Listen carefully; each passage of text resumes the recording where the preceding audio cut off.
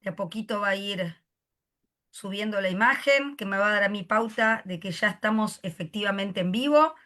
Ahí estamos viéndonos, así que vamos a darle, como siempre, las muy buenas tardes a todos los que nos acompañan para poder dar la apertura a esta nueva conversación sobre apego. Paso primeramente a saludar a mi queridísima copartner Zuleima Lucía León Valle. ¿Cómo está Zuleima? Buenas Hola tardes. Vanessa, buenas tardes. Aquí feliz de tener este programa tan especial. Y bueno, un gusto verte nuevamente, Vanessa, cada 15 días. Siento que pasa mucho tiempo sin verte. I- Igualmente, igual nosotros nos chateamos, así que estamos Es en verdad. contacto, estamos en contacto. Y hoy tenemos un programa muy lindo, ¿no? Zulema, muy especial en nuestro programa número 75 y un poco también acompañados y sugeridos tanto por Javier como por Mario. Elegimos un tema que tiene que ver con los grupos y la teoría del apego, ¿no? La teoría de grupos y la teoría del apego, para entenderlo también desde otras miradas. Así que agradecemos a nuestros invitados, prontito se va a sumar Fernando Lacasa. Y si te parece, Zuleima, si tú quieres, si tienes ahí la presentación a mano de Mario, que va a ser nuestro primer participante, que agradecemos como siempre que esté acá, igual que a Javier. Javier está con la voz un poquitito tomada, así que vamos a decirle que vaya despacito. Así que, Zuleima, si te parece, damos por empezado el programa y damos la presentación de nuestro queridísimo, ya más que conocido, a Mario Marrone. Claro que sí. Bueno, quiero decirle a todas las personas que en Facebook nos hacen algunos comentarios, nosotros también los vamos a trasladar ahorita aquí a nuestros invitados especiales. Bueno, tengo el gusto de presentarles a Mario Marrone. Él es médico egresado de la Universidad Nacional de Rosario, formado en psicoanálisis y psicoterapia grupal en Londres. Además, supervisó con John Bowlby durante 10 años. Quiere decir que John Bowlby directamente estuvo trabajando con Mario sobre algunos casos que fueron a supervisión con él. Como psiquiatra hospitalario trabajó en el Servicio Nacional de Salud de Gran Bretaña y ha dirigido el servicio de psicoterapia para pacientes mentales graves del Hospital Central de Middlesex de Londres y la clínica del London Centre for Psychotherapy. Ha dictado cursos y coordinado talleres en varios países de Europa y Latinoamérica, Estados Unidos, India y China. Fundador de Young UK y ha publicado 10 libros en inglés, español e italiano como autor solo o compilador, coautor y co-compilador con Elsa Wolberg de la trilogía Parentalidad y Teoría del Apego. Se las recomiendo que la puedan adquirir. Y bueno, Mario además ha sido presidente de la Young y es gestor de este espacio de conversaciones sobre apego. Bienvenido, Mario. Bueno, gracias, Zulema. Es un placer estar con todos vosotros, a quienes conozco personalmente. Bueno, yo voy a contar que yo llegué a la psicoterapia de grupo antes de llegar a la teoría del apego. Y llegué a la psicoterapia de grupo en Argentina porque tuve la posibilidad de participar en distintos grupos. Particularmente en la Facultad de Medicina de Rosario había un grupo de medicina psicosomática que se trabajaba en grupos según el modelo de Pichon-Rivière, de grupos operativos. Y también participé en grupos de psicodrama. eh, Hicimos psicodrama con pacientes psicóticos en el servicio de psiquiatría del Hospital Universitario de Rosario. Ahora, el interés inicial que yo tuve con la psicoterapia de grupo, yo viví en un ambiente donde había muchísima gente interesada en psicoanálisis y de hecho mucha gente se psicoanalizaba y había mucha gente que practicaba el psicoanálisis. Pero yo veía que para mucha gente, sobre todo para gente de condición económica baja, era imposible pagar una terapia, porque si bien había algunos servicios de psicoterapia provistos por hospitales estatales, en general no eran muchos y la gente que quería una terapia la tenía que pagar. Y yo pensé, bueno, si se puede acceder a la terapia grupal, es menos costosa y además puede ser también rica. Entonces así me metí en el mundo de la psicoterapia grupal y cuando decidí emigrar a Inglaterra y decidí formarme en Grupo Análisis, el Instituto de Grupo Análisis de Londres. Y ahí me di cuenta de una cosa que yo hasta ese momento no la había captado. Y es que la psicoterapia de grupo no es solamente una forma de terapia para la gente que no puede pagar un análisis individual, sino que es una forma de terapia que tiene sus beneficios independientemente de los aspectos económicos. Y que además había otro punto central, y el punto central es que en grupo análisis se considera que el hombre es un punto nodal en una red de relaciones y que no se puede entender al ser humano si no se lo entiende como parte de esa red de vínculos y de relaciones. Eh, Más tarde llegué a la teoría del apego, lo conocí a John Bowlby, comencé a hacer em, supervisiones con él. Y cuando yo llegué a Bowlby no sabía mucho de terapia de grupo, pero lo que pasaba es de que Bowlby trabajaba en la clínica Tavistock de Londres y al lado, en el edificio de al lado, está el Instituto de Grupo Análisis. Entonces yo le dije a Volvi que ya que estábamos al lado, si él no quería venir al Instituto de Grupo Análisis a tener conversaciones con grupo analistas sobre la relación que había entre teoría del apego y grupo análisis. Y Volvi aceptó y tuvimos una serie de conversaciones que fueron muy interesantes, tratando de coordinar el pensamiento grupo analítico con la teoría del apego. Y también el otro tema era de que Volve tenía mucho interés en en la terapia de familia sistémica.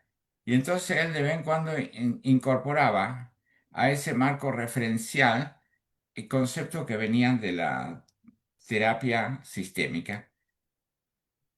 Al mismo tiempo me fui dando cuenta que en el ambiente psicoanalítico británico y tal vez a nivel internacional ha habido un pasaje de lo que yo diría psicología unipersonal, luego la psicología bipersonal, luego la psicología tripersonal y finalmente a la psicología multipersonal. ¿Qué quiere decir eso? Que la psicología unipersonal que está fundamentalmente caracterizada por el pensamiento kleiniano. Melanie Klein era una psicoanalista de origen centroeuropeo que emigró a Londres. El- lo importante de la vida psíquica pasa internamente y si nosotros queremos analizar a un individuo, tenemos que analizar su mundo interno. Por eso se llama psicología unipersonal. Pero luego vinieron otros autores, como Bion, como Winnicott, que comenzaron a hablar de la relación materno-infantil. Entonces ya no estamos hablando de todo lo que pasa dentro de un individuo, sino lo que pasa entre dos, entre la madre y el niño. Y entendiendo que los eventos, las vicisitudes de esa relación materno-infantil, condicionan el desarrollo psicológico posterior. Pero ahí no nos quedamos con eso, porque luego aparece una tercera dimensión, que es la psicología tripersonal, que aparece cuando se descubre el rol del padre y la importancia que tiene el rol del padre. Entonces ya no se trata de entender la relación materno-infantil, sino que se trata de entender la relación madre-hijo, padre-hijo y también la relación de los padres entre ellos. Y luego finalmente aparece la psicología multipersonal, que yo creo que uno de los pioneros fue Fuchs, el creador del grupo análisis, pero también Moreno, el creador del psicodrama. Y desde luego se cristaliza en los últimos años en la terapia interfamiliar, de la cual nos vas a hablar, Javier, dentro de un rato. Entonces, lo que paulatinamente nos vamos dando cuenta es que el desarrollo infantil tiene lugar en un contexto. Y ese contexto sí incluye relaciones diádicas, sí incluye relaciones bipersonales, sí incluye relaciones tripersonales, pero también incluye relaciones entre muchos, entre distintos miembros de la familia, entre el individuo y su grupo de pertenencia, el individuo y su sociedad, el individuo y su cultura. Entonces, a partir de eso, adquirimos una manera de entender al ser humano que es mucho más amplia. Ahora, a mí no me costó llegar a ese punto porque yo inicié mi carrera no como psiquiatra, sino como anatomopatólogo. Yo hacía biopsias en los primeros años de mi carrera médica. Y para hacer biopsia uno tiene que tener un microscopio. Y el microscopio tiene distintos lentes u objetivos. Algunos miran el tejido que estamos examinando en detalle y otros te ofrecen una visión más amplia del contexto. Y no se puede hacer un buen diagnóstico sin comparar detalle con contexto. Y ese es el tipo de psicoterapia que yo vengo proponiendo y que por otra parte es fundamentalmente compatible y consustanciada con la teoría del apego. Bueno, eso es todo lo que puedo decir por ahora.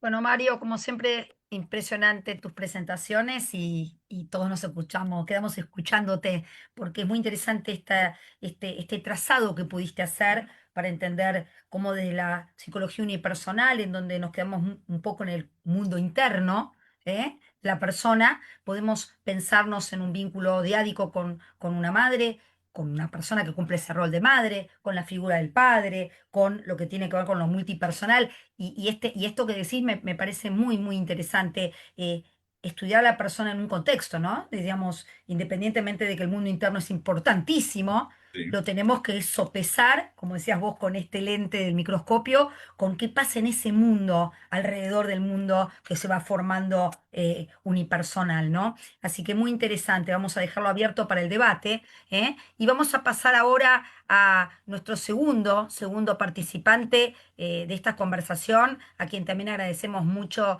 que nos esté acompañando, y sobre todo con este temita de la garganta. Así que gracias de vuelta, Javier, por acompañarnos. Él es Javier Sempere, él es psiquiatra, es director del Centro de Terapia Interfamiliar, CTI, y también es presidente de la Asociación Salud Mental de Elche, en España. Es miembro de honor de IAN UK y miembro de IAN España también. Así que te damos la bienvenida, Javier, y bueno, te escuchamos.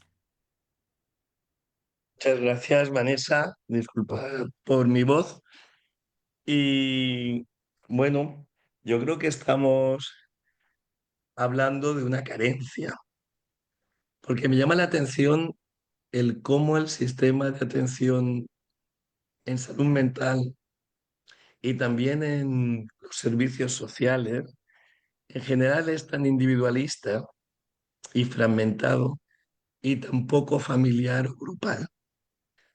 Siempre hacemos la comparación de cómo el sistema educativo ha entendido la atención educativa a los alumnos en contextos grupales, dando la posibilidad de refuerzos individuales, pero ¿qué pasó en la salud mental donde el grupo es a veces inexistente en muchas instituciones? Quizá habría que ir a razones muy de la raíz, como entender que mm, nuestras instituciones en general no tienen una base muy psicoterapéutica y también entender que las formaciones de los profesionales que trabajamos en salud mental adolecen de la formación como terapeutas grupales y terapeutas familiares. Un psiquiatra, al menos en España, y creo que también un psicólogo clínico, tiene 0 horas en su currículum formativo como terapeuta grupal.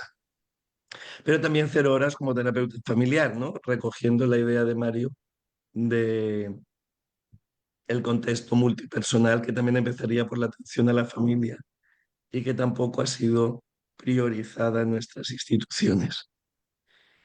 Em, Desde la perspectiva del apego, además, la, la impresión que tenemos es que tampoco se ha estudiado demasiado, no encontramos demasiada bibliografía sobre terapia de grupo y teoría del apego o aplicación de la teoría del apego y grupo, aunque hay un interesante libro que hasta donde sé no está traducido al español, de Mármaros y colaboradores, publicado en el 2013, donde se habla de la aplicación de la teoría del apego a la terapia de grupo. Sin duda, la terapia grupal tiene ventajas únicas sobre las terapias individuales, como es su potencial para explorar un rango más amplio de problemas relativos a las dimensiones del apego, ¿no? Y que van a aportar cada miembro del grupo y que van a poder explorar conjuntamente, ya que en el grupo se producen transferencias múltiples. Tener personas con diversas problemáticas, con diversos estilos de apego, con formas de regular sus emociones diferentes, nos va a ofrecer enormes oportunidades para aprender de otros, para poder cambiar, para en el aquí y ahora del grupo incluso poder revivir las experiencias tempranas de apego y revisar cada uno nuestros modelos de trabajo operativos internos.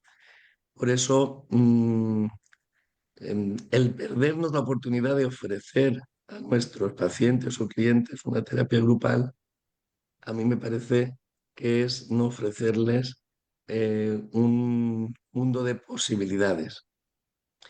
En realidad, el grupo yo lo entiendo como un microcosmos social o un laboratorio interpersonal donde estudiamos en vivo nuestras interacciones. Vuelvo a repetir, en el aquí y ahora, eso lo hace único porque vemos cómo es realmente nuestra forma de interacción con el otro.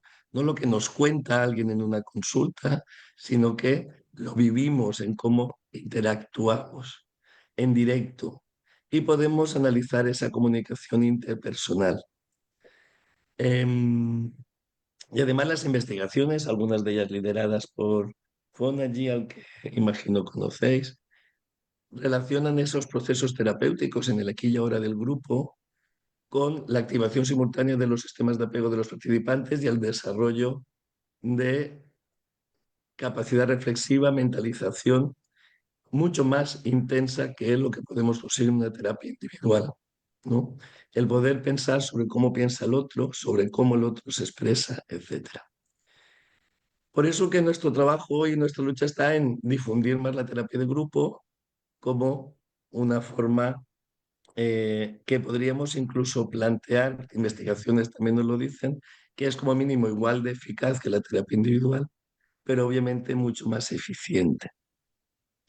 Yo había pensado que poner una viñeta de una terapia de grupo, a la que ruego que luego los participantes no la puedan observar y ver, pero no utilizarla fuera de este contexto, porque son personas que han dado su visto bueno para poder ser utilizado en espacios pedagógicos. Y pensamos un poco y quizá nos puede servir para el debate, porque yo tengo como esa obsesión en la docencia de mostrar lo que hacemos y no contar lo que hacemos. Entonces, si os parece, voy a compartir, yo creo que serán 4 o 5 minutos Está y perfecto, luego Javier. Vale, Dale. ya estoy Entonces, compartiendo. Y tendremos bien. también el cuidado, invitamos a todos los ¿Se ve? espectadores a tener cuidado de la Vale. confidencialidad. Aún no se ve, Javier. Para compartir tengo que apretar el Sí, pones compartir primero compartir abajo, te va a aparecer tu computadora y ahí para el pones, sonido. ahí está. Le damos mientras se está Mientras se preparando está todo. preparando todo, Ahí se nos ahí se sumó nos también sumó Fernando también Fernando Lacasa, así que Lacasa. los Así que Hola, saludamos. Fernando. Hola, ¿qué tal? Muy hola, ¿qué buenas tal? Muy tardes. buenas tardes. Bueno,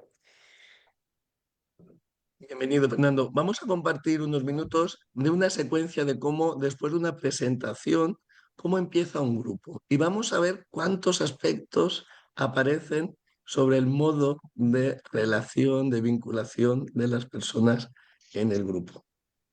Este grupo se lleva a cabo en España, en Valencia, en una institución donde se interviene con pacientes con diagnóstico de trastorno mental grave, adultos, generalmente diagnósticos de esquizofrenia. Empezamos y vamos a ir parando. Esta tarde me ha pasado una cosa. Tengo aquí. ¿Se oye? Sí, Sí, perfecto. perfecto. Como veis, es un grupo, en este caso es un grupo multifamiliar, está abierto a la participación de los pacientes, pero también de aquellas personas que desean acompañar al paciente. Y habla esta señora que viene en calidad de madre de una persona que no está en el grupo, pero está en la institución.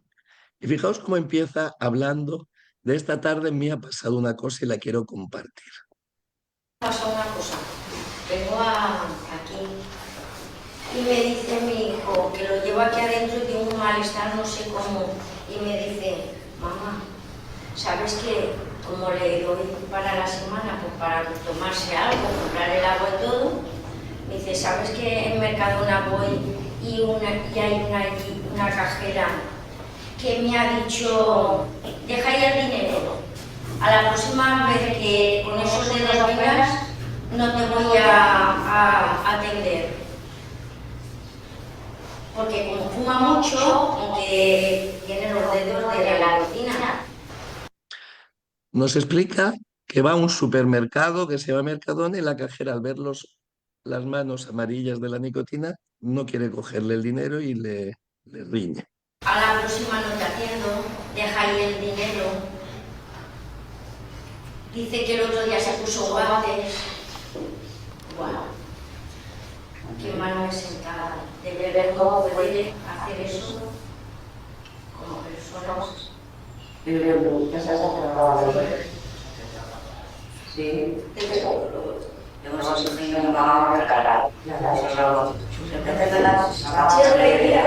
Sí.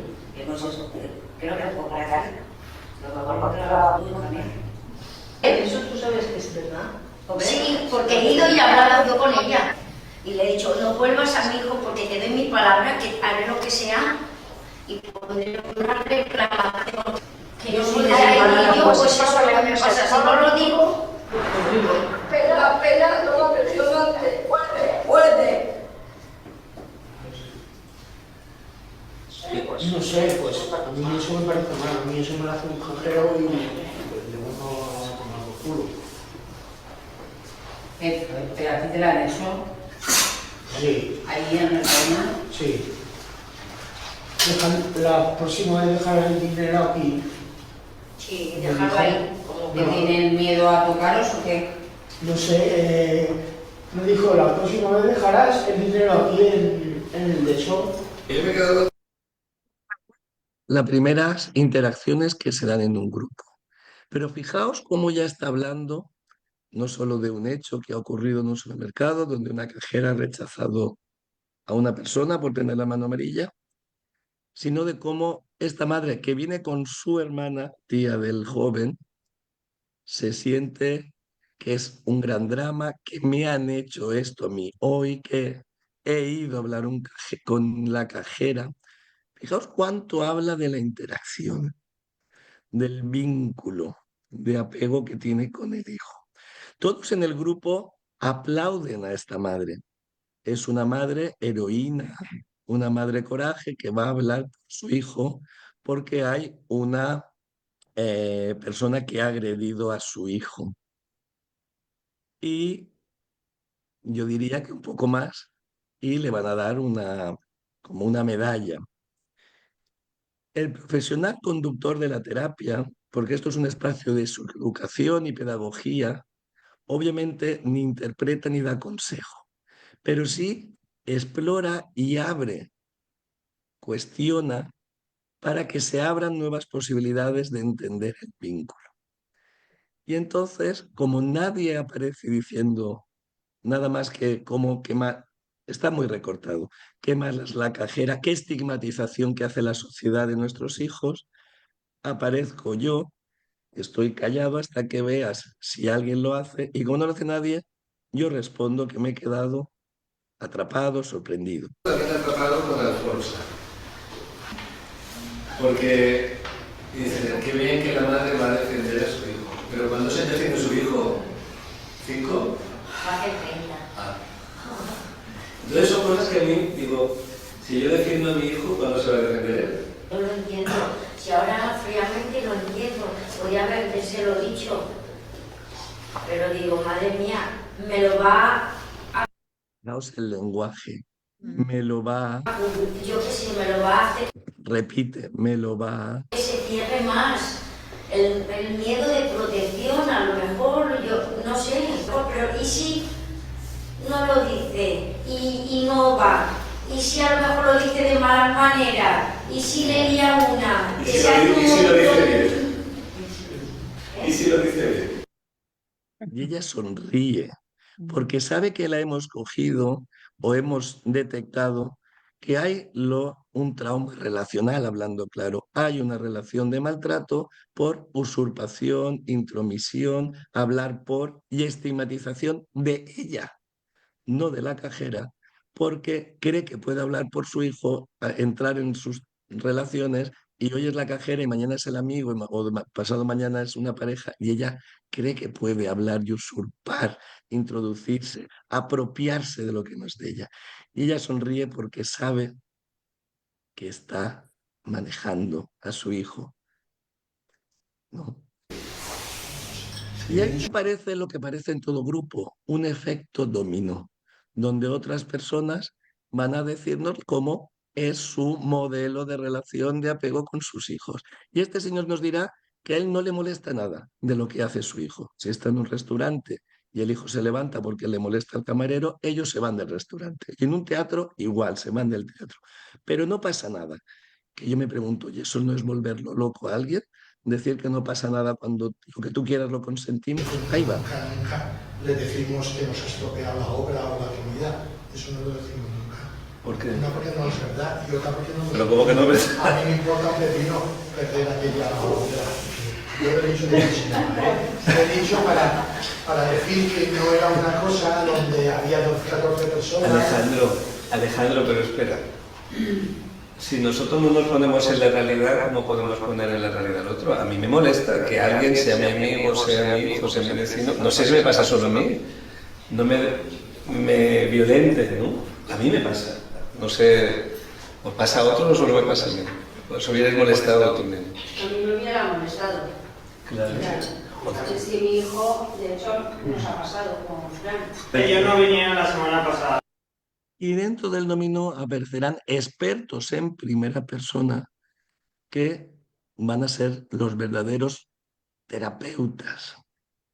Esta persona diagnosticada de esquizofrenia le va a devolver. Hace 15 días, que hablamos sobre la discriminación y cómo nos trataban por estar enfermos o cómo nos dejaban de tratar, ¿no? Entonces yo creo que ellos lo están tratando un poco, aunque duela que te lo digan, un poco entre algodones, para que no sufra, para que no tal, entonces yo lo sobreprotejo.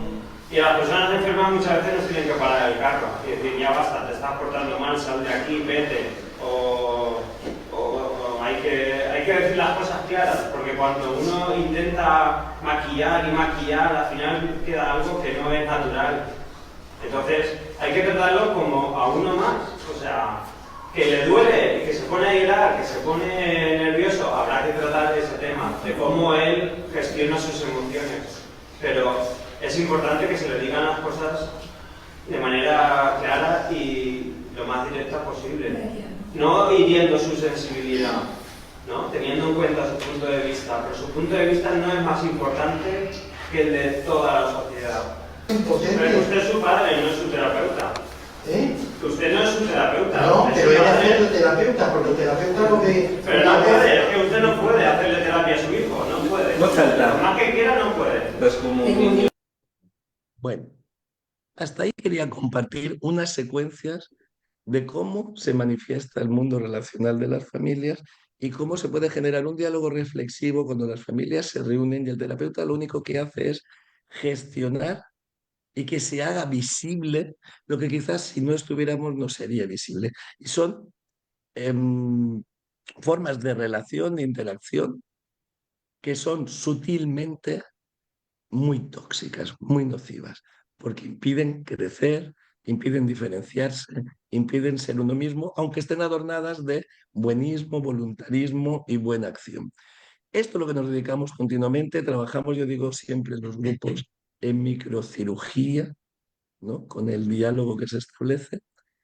Y lo que yo he vivido desde mi experiencia es que yo ya no tengo que hacer casi nada más que estar con mi detector de relaciones de apego que no son las más sanas y decir lo que me hacen sentir, dar mi enactment, como diría Jacobs. Y ahí se va desarrollando ese espacio pedagógico, esa escuela, ese lugar de pedagogía. Para mí es la verdadera psicoeducación, interactuar y aprender unos con otros. Y creo que hasta que los sistemas sanitarios no introduzcan el grupo como modelo base, vamos a estar saturados, quemados y no vamos a llegar a las personas. Y además nuestro saber no llega al que llegan los expertos en la vivencia. Bueno, hasta ahí luego quizá discutimos un poquito más.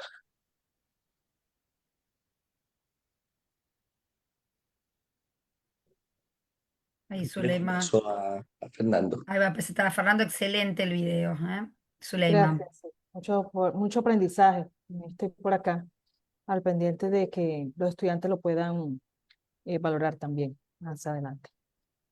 Fernando La Casa, ¿Qué tal? Buenas tardes a todos y a todas. bienvenido a casa, Fernando. Gracias. Tenés un pronto, Me ¿eh, siento Zuleima? así, me siento Muy así. bien. Fernando La Casa es Además, psicólogo. mi segundo Ujú. apellido es Saludas. Ah, bueno. O sea que Así que, el primer día de facultad, cuando, mira, me has hecho recordármelo, pasaron lista y me dijeron, no, Fernando, el de la casa que saluda. ¿Sabes? ya Así que te ya me condicionaron un poco, condicionaron. Fernando, pero Eso bueno. es. Y yo diría, Fernando, bienvenido a casa, que salud das.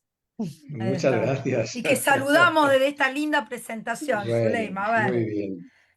Venga, Es psicólogo clínico especialista, doctor en psicología. Además, es jefe de salud mental comunitaria infanto-juvenil del Hospital Sant Joan de Déu en Barcelona. Miembro de en España y de la Asociación Catalana de Psicoterapia Psicoanalítica. Y además ha publicado trabajos sobre apego y adolescencia. Además de trabajar con un equipo de trabajo en el cuestionario de apego CAMIR-R, entre otros, además de formar parte de un grupo de investigación sobre abordaje del trauma en niños y adolescentes. Bienvenido, Fernando.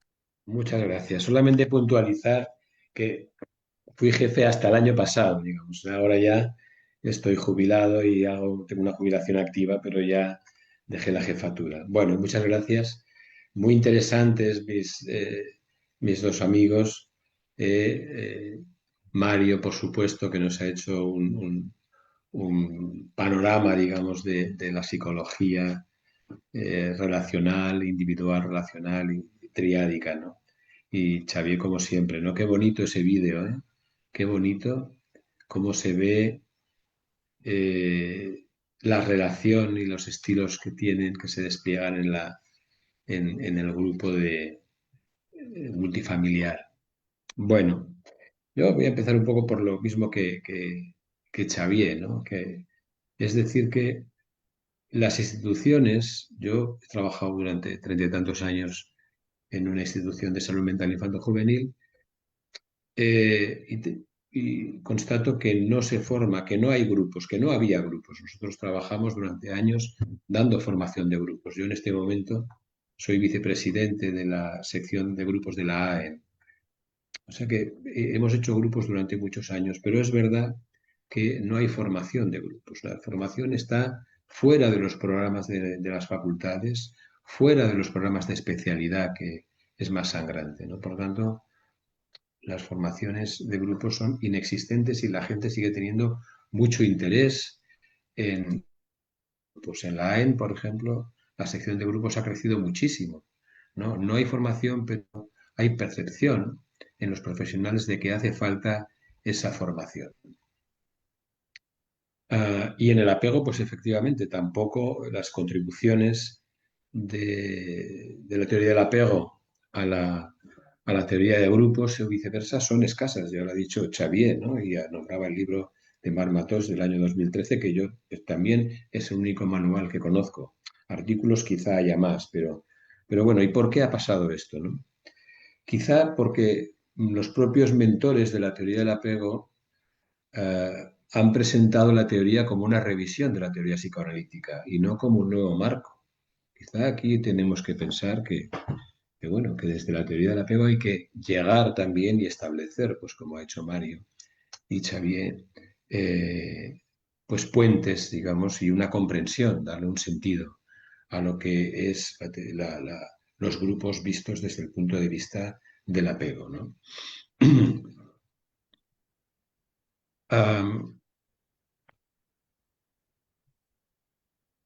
La evolución del, del apego en los niños se produce de una forma bastante natural, ¿no? Hacia una vida social, ¿no? Porque son grupos, la familia, ya lo he dicho, Sempere, la clase, la escuela, el equipo deportivo, el grupo de amigos. Nuestra vida se desarrolla en grupos. El grupo de psicoterapia es uno más de los grupos en los que, por ejemplo, en mi campo van los niños y los adolescentes, ¿no? El grupo antecede al individuo y configura su mente, ya lo planteaba Bion esto, ¿no? Es decir, que el grupo familiar, pero el grupo social también está configurando la mente de los individuos, ¿no? O sea que el grupo es externo, pero también es interno e intersubjetivo. El desarrollo humano es en gran parte un desarrollo social y el mayor salto en el desarrollo social se produce en la adolescencia. Los adolescentes necesitan tomar distancia de los padres, de sus vínculos primarios, para ganar autonomía y desarrollarse. Y en ese movimiento se realiza a través de las relaciones sociales entre los adolescentes. Por tanto, a través de los nuevos vínculos con los otros adolescentes, que este es un tema para hablar, a ver si, como el vínculo solamente se dice, solamente se puede desarrollar o entre padres e hijos, o qué ocurre con los vínculos de filiación entre los iguales, ¿no? Este es un tema que yo creo que, en fin, que no se ha profundizado suficientemente. Los adolescentes, los púberes primero buscan la compañía de otros adolescentes y recurren a ellos en busca de ayuda, ayuda que antes daban los padres, la función de acompañamiento, ya no la hacen los padres, la hacen los adolescentes, estas funciones del vínculo, ¿no? El refugio, pues también en muchos sentidos los adolescentes buscan otros adolescentes cuando tienen problemas. Los padres siguen siendo figuras de apego principales, pero estas funciones de acompañamiento y refugio ahora las ejercen los amigos. Y esto ocurre en la población general también, pero especialmente importante cuando los niños y los adolescentes, sobre todo, tienen antecedentes de maltrato o de violencia doméstica, ¿no? Cuando hay este tipo de situaciones. Cuando hay los estudios nos dicen que en estas situaciones el apego a los amigos es un factor de resiliencia y de protección, y no en la relación con los padres. El factor de resiliencia es la relación con los amigos y no con los padres, repito, ¿no? Por tanto, el apoyo que ellos van a aprovechar, que los grupos de adolescentes van a darles, es fundamental para aumentar la resiliencia, para aumentar la salud mental de estos adolescentes. ¿Qué más? La cuestión de, claro, la equiparación, ¿no? Una de las cuestiones que se plantean en la terapia de grupos es tratar de asimilar en el entrenamiento de los profesionales, tratar de asimilar ciertas ideas de lo que es la base segura para que esas funciones de base segura, en qué medida el grupo asume o puede responder a algunas de las funciones que en la teoría del apego se le da en los vínculos con los padres, ¿no? Estas funciones de base segura. Por ejemplo, es importante que el terapeuta se ocupe de que los pacientes asistan, ¿no? Una cosa tan sencilla, ¿no? La función convocante del grupo, es decir, que haya una proximidad, una regularidad, ¿no? El grupo proporciona regulación emocional. ¿Cuántas veces lo hemos visto también ahí en el grupo de Sempere hace un momento, ¿no? Esa madre que se emociona, que está a punto de llorar y poco a poco la contribución de los demás que le siguen, pero en realidad Sempere, el Xavier le pone ante el espejo y entonces ahí se ríe y dice, bueno. Es decir, que ahí está también ayudando a poner una cierta regulación emocional, una distancia, ¿no? Es importante para mí, sobre todo en los grupos, evitar la confrontación, ¿no? Es decir, la confrontación violenta. Es decir, cuando hay mucha emocionalidad no se puede pensar. No se puede pensar, bueno, lo cual no significa que no haya que hacer o que confrontar o que el grupo no pueda acoger las quejas o no pueda acoger las emociones difíciles. Pero, bueno, luego esas emociones se pueden resolver, ¿no? Tolerar los desacuerdos, explorar el mundo interno, en fin, son funciones que hacen al grupo como base segura. Bueno, también comentaba Xavier que lo que dice Fonagy, ¿no? Que es decir, que es evidente, en el grupo se activan las representaciones de apego. Y también el grupo per se es un dispositivo mentalizador. Es un dispositivo mentalizador porque se están compartiendo primero el foco de atención, ¿no? Lo mismo que cuando observamos cómo la mamá y el bebé comparten un foco de atención y en ese momento decimos hay una comunicación intersubjetiva, el grupo comparte focos de atención desde diferentes cabezas, digamos, desde diferentes mentes. Es importante que el conductor ayude a que se den cuenta de que cada uno lo está viendo de una forma distinta. Esto ayuda a recibir y a mentalizar al grupo, ¿no? Y estos movimientos que hay, también se veía en el grupo de Semper al principio, que todos se suman en la misma dirección, todos se imitan, pero luego hay alguien, en este caso Xavier, que decía, oye, cuidado que aquí estamos hablando de un chico de 20 años y no de un niño de 5, y entonces ahí se produce una nueva aportación, una nueva visión, ¿no? Esto es importante, por ejemplo, este dispositivo se observa, por ejemplo, en los grupos de Asperger, con adolescentes Asperger, ¿no? Que tienen tantas dificultades de mentalización, ¿no? Los adolescentes Asperger vienen a todos los grupos, no fallan, están ahí, pero les cuesta mucho percibir el punto de vista de los demás, ¿no? Y esto es el grupo lo posibilita, ¿no? Bueno, no me quiero enrollar mucho, pero os voy a también aportar un poquito de clínica y os voy a leer lo que un adolescente de 16 años dice en la penúltima sesión del grupo. Dice, Cristina habla de cómo se ve ella y ella se define como alegre, romántica, habladora, siempre está contenta, aunque a veces puede sentir tristeza sin saber por qué o estar preocupada. Dice que a ella le cuesta expresar estos sentimientos de tristeza y se queja de que su madre no tolera que no esté contenta. Para su madre ella siempre debería estar contenta y cuando no lo está le riñe y le dice que se deje de preocupaciones y se ponga contenta, ¿no? Vemos aquí, por ejemplo, un estilo evitativo, ¿no? De la madre que no tolera, que siempre quiere que las cosas estén bien, ¿no? Y no tolera los sentimientos de otro tipo. Dice, pero ella muchas veces no tiene ganas de reír, está pensativa, preocupada o a veces triste y no va a estar contenta solo porque lo diga su madre. Dice, y el grupo le ha servido para aceptar que no siempre ha de estar contenta. En el grupo ella ha tenido confianza y ha podido expresar sus sentimientos y sus preocupaciones. Los demás, dice, le han escuchado y no le han tapado la boca como su madre. Y esto le ha ayudado a aceptar más sus sentimientos, aunque todavía le cuesta. Ella explica que hace baile y ahora cuando baila a veces le salen los sentimientos y que hace unos días bailando tenía ganas de llorar, pero no podía, no sabía qué le pasaba. Su profesora del baile le animó a que se soltara y finalmente se permitió llorar y se quedó mucho mejor. Y dice, antes de la terapia de grupo le costaba mucho aceptar y compartir estos sentimientos. Tenía amigas, pero no contaba a nadie sus angustias y preocupaciones. Dice, y ahora puedo confiar en alguna de esas amigas y contarles sus preocupaciones. Cree que a esto le ha ayudado el grupo. A pesar de que cuando empezó el grupo no conocía a nadie, ha podido llegar a confiar en los compañeros del grupo y piensa que de ahora en adelante le costará menos confiar en los demás, ¿no? Esta es un poco la síntesis que hace una adolescente de la asistencia al grupo.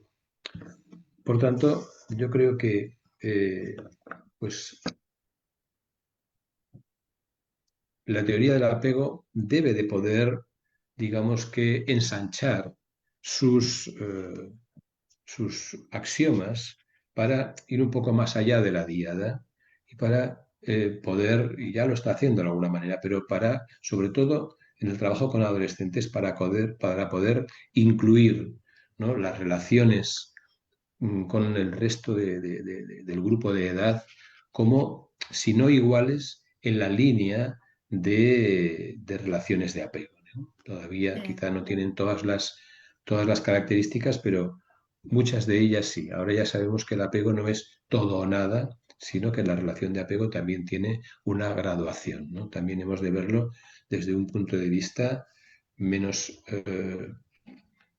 pues como diría, pues eso, más como una graduación, ¿no? Más como Sí, menos, algo que puede darse. menos extremo, digo, Fernando. Es muy Sí, interesante esto que planteás y queremos abrir un poquito al debate porque no tenemos tanto tiempo, es un tema muy muy bien. interesante y pienso, ¿no? Y abro esta pregunta, ¿cómo puede a lo mejor el grupo reparar un poco las historias eh, de esta persona que entra en este grupo? ¿Cómo desde estos nuevos vínculos, de estas nuevas relaciones, la persona puede empezar a mirarse y a mirar al mundo de manera distinta? Sobre todo, bueno, lo abro para ustedes, ¿no? Que tienen este trabajo en terapia de grupo. Si eso existe, si eso pasa. Nosotros ya sabemos la respuesta, pero lo abro para que nos están escuchando, ¿no? Ujú. Mario, Javier, si quieren, pueden abrir el micrófono. En este Eh, punto se abre la conversación. Todos vamos Va- sumando nuevas Vale, referencias. yo muy brevemente te respondo ya que estoy en la posesión y ya que estoy con dale. esto, ¿no? Yo creo que, por ejemplo, la desconfianza que dice esta paciente, ¿no? Es decir, la desconfianza es una característica del apego inseguro. No se puede establecer relaciones de confianza e intimidad, ¿no? Y sin embargo, los adolescentes logran establecer relaciones de confianza e intimidad con otros adolescentes. Aquí se están cambiando representaciones de apego. Bueno, yo lo dejo ahí, ¿no? Pero una de las cuestiones que nos acaba de decir esta paciente que yo he evocado aquí, con la confianza, que es decir, con la posibilidad de abrirse a una relación afectiva de apego. Mm. Sí, y ahí digo, ¿no? Cómo los vínculos nuevos reparan o convierten la manera en que miramos, ¿no? Y veía el ejemplo que puso Javier, como esta persona que podía decirles, no nos traten diferente, nosotros entendemos, usted no es el psicólogo, cómo eso puede ayudar, ¿no? Desde un lugar juicioso a que la persona se piense diferente, ¿no, Javier? Claro, ya lo decía Fools, el grupo es un salón de espejos y Mm, ahí vamos a ver reflejadas todos nuestros elementos relacionados con el apego. Y por otra parte, el grupo aporta un sumatorio de nuevas figuras de apego, que en una terapia individual solo tenemos a nuestro terapeuta. Pero ahí tengo a una madre que me hace pensar en cómo es mi madre conmigo o me hace pensar cómo podría ser de otra manera mi relación. Hay otra forma de interacción madre-hijo. O tengo un hijo con el que puedo revisar cómo esa madre lo hace con su hijo y yo no lo hago de esa manera, ¿no? Por eso la cantidad de experiencias emocionales correctivas que se producen en el grupo son múltiples. Constantemente entro en interacción con otros que me muestran otra forma de relación y que hay otras posibilidades que no habían entrado en el esquema que se había compuesto en mi familia de origen, ¿no? Gracias a estar con otros. Yo creo que la palabra contar con otros es básica. García Madara, Argentina, psiquiatra que trabaja en multifamiliar, decía, esto es lo que nos da el grupo. Contamos con otros que nos pueden rescatar de la inseguridad. Esto no lo decía así, ¿no? Pero yo digo, de la inseguridad, que nos pueden ayudar a madurar ese apego inseguro porque nos dan otra visión. Y Follett dice, para muchas personas que no han sido mentalizadas en su familia de origen, encuentran por fin un lugar donde son mentalizados por otro. Otro, como Mm. dice Fernando, otro adolescente, otro igual, una madre, un hijo que dice yo creo que o siento que tu madre no debería hablarte así. De repente alguien, puedo entender que te sientas tan solo o enfadado, alguien me mentaliza y esto me abre un mundo de posibilidades. Mm, sí, es muy interesante. Y tenemos poco tiempo, quería preguntarle a Mario, porque Mario habló hace un ratito de una diferencia, ¿no? Y quería a lo mejor que la pudiera compartir, esta diferencia entre lo que sea una terapia interfamiliar y la terapia multifamiliar. ¿Cómo sería eso, Mario?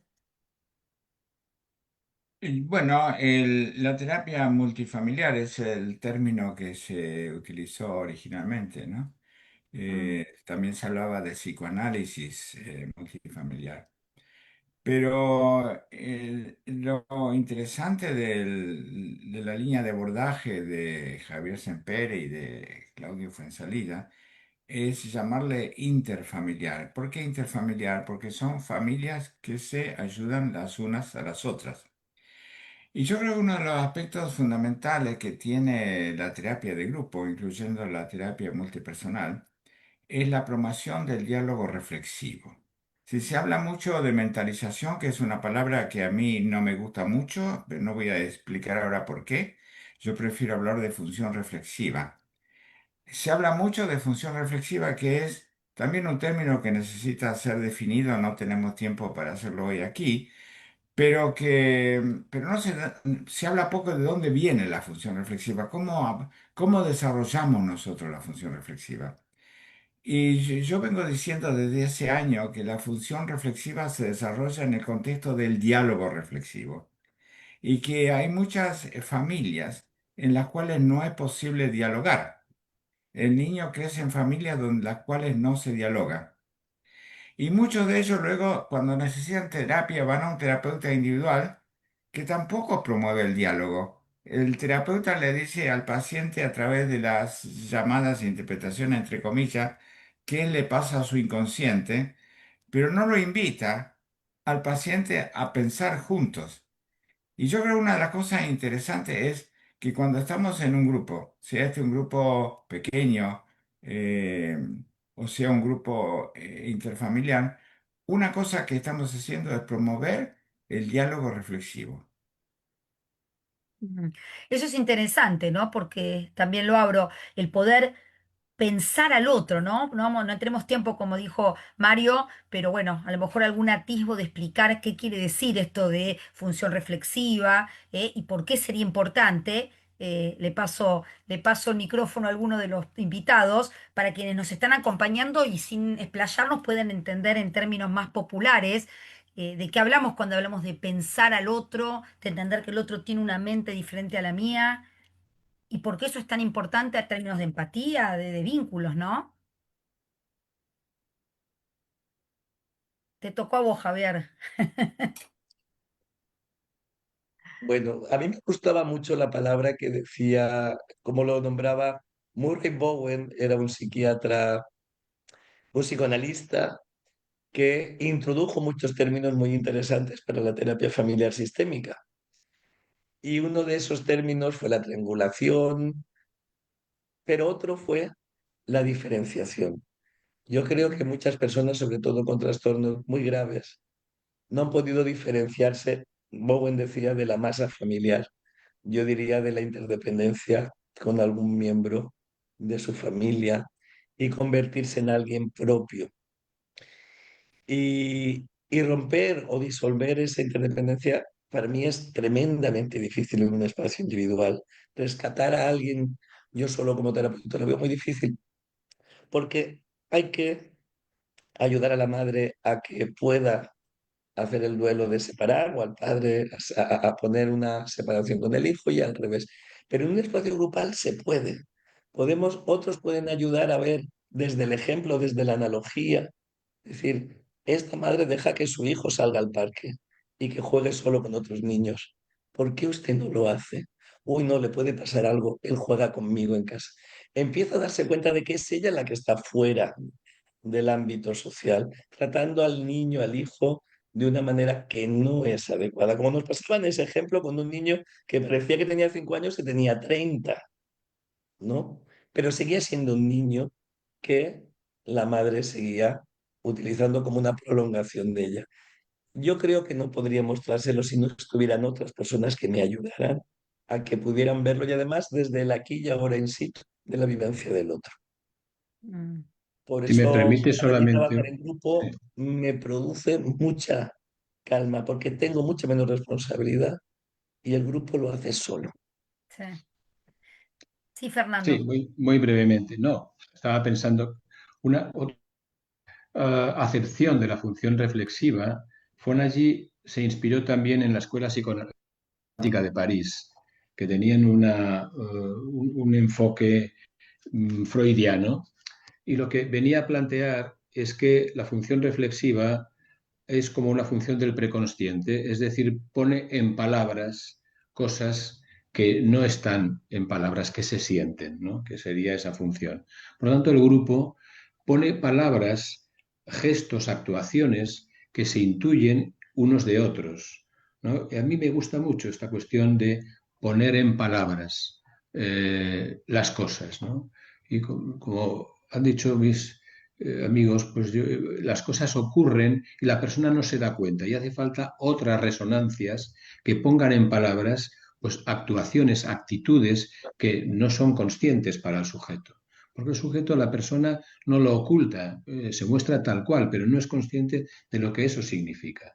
Y esta reflexión, este poner en palabras aspectos inconscientes, utilizar esta cuestión de los psicosomáticos es importante, ¿no?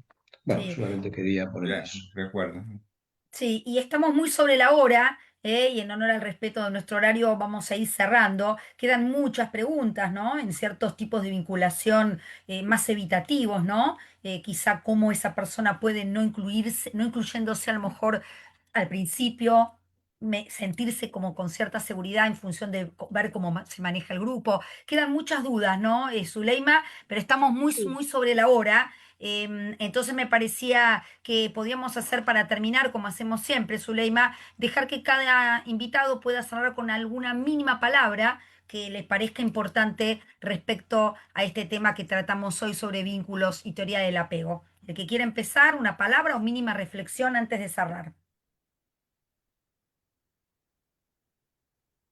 Bueno, yo quiero empezar diciendo gracias por este programa, por la apertura a Dale. que podamos ver a las personas en contexto, a convertirnos también en esos escenarios de las terapias grupales en los terapeutas como terapeutas, pero las personas que participan o como cuando uno participa como participante, pueda entonces permitirse hacer espejo y escuchar a los demás para también mejorar como esas identificaciones que se pueden hacer al participar. Sí. Eso, muchas gracias. Y quisiera, si alguno de ustedes pudiera recomendar centros de formación de teoría grupal, por favor hacerlo, porque hay personas que en el Facebook nos han dejado esa pregunta. Sí, eso lo podemos contestar después, pero estamos muy sobre la hora. Digo, Zuleima, si te parece, yo me sumo a las palabras, me quedo con la palabra de diferenciación que nos traía Javier Sempere en esto que se puede dar ricamente en el grupo. Me parece que eso es un punto, me pareció muy interesante. Javier. Yo para cerrar diría, el ser humano es un ser social, tiene cerebro, mente social, es grupal. Démosle también un espacio grupal, social, donde poder sanar, sin menoscabo de seguir trabajando en la intimidad individual, obviamente, y en la estructura familiar. Y recordad que la terapia interfamiliar, como decía Mario, no es más que un dispositivo donde reunir la intervención familiar y grupal sobre cada individuo que sigue siendo único y diferente. Por tanto, es un espacio mucho más complejo e integrador, pero no deja de ser una terapia de grupo. Hasta ahí. Gracias, Javier. Mario, si quieres decir algo y Fernando, para terminar. Bueno, yo Bueno, solamente decir que, perdón, Mario, no, yo solamente decir que una situación es traumática cuando un sujeto está solo. Cuando la mente está sola, muchas cosas se convierten en traumáticas. Por tanto, la profilaxis es no estar solo, sentirse acompañado, que a veces no es lo mismo que estar acompañado. Si podemos facilitar que las personas se sientan acompañadas, la vida no es tan traumática, la vida es mucho más llevadera. Y ahí está el grupo y la tribu. Gracias, Fernando y Mario. Bueno, creo que el diálogo que hemos tenido pone en práctica algunos de los principios que hemos enunciado hoy, sobre todo en lo que respecta a tener un diálogo reflexivo entre todos. Muchas gracias por la Absolutamente. invitación. Bueno, un placer tenerlos aquí, a estos popes de lo que estamos hablando del grupo de teoría del apego. Gracias Mario, gracias Javier, gracias Fernando y gracias mi copartner Zuleima, que nos vemos, ya vamos a avisar en un par de semanas. Gracias a todos, muchísimas gracias por Abrazos participar. grandes. Adiós. Muchas Adiós. gracias.